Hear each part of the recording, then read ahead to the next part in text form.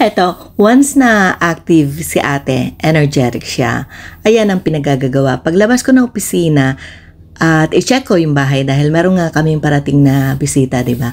Ay nakita ko naman tong mga apo ko, naglalaro sila ng frisbee. And then, I remembered, nung nakatira kami sa LA ng aking late husband, we used to play frisbee. Kaya, ayan, nag-try ako. Kaya lang, alam niyo ba, siyempre, first time ko ulit na maglalaro, no? And then, I was so scared na baka madapa ako dahil pangit itong pinaglalaroan namin na lugar.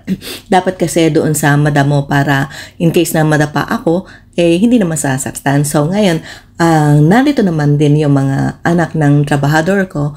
At sabi ko, gawa tayo ng reels dyan sa taas ng mangga kasi nga, para magkuya-kuy kayo dyan for 1 million views. Sabi ko, pagka kumita tayo and then share ko sa inyo. Pero alam nyo ba ang nangyari? After na makaakyat siya dyan, tapos pupwesto na. Sandali lang, ano?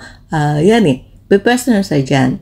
And then, ang nangyari, naubos na naman yung battery ko, namatay yung cellphone ko. So, umuwi ng bahay, ayan, naghihintay yung 2 PM ko.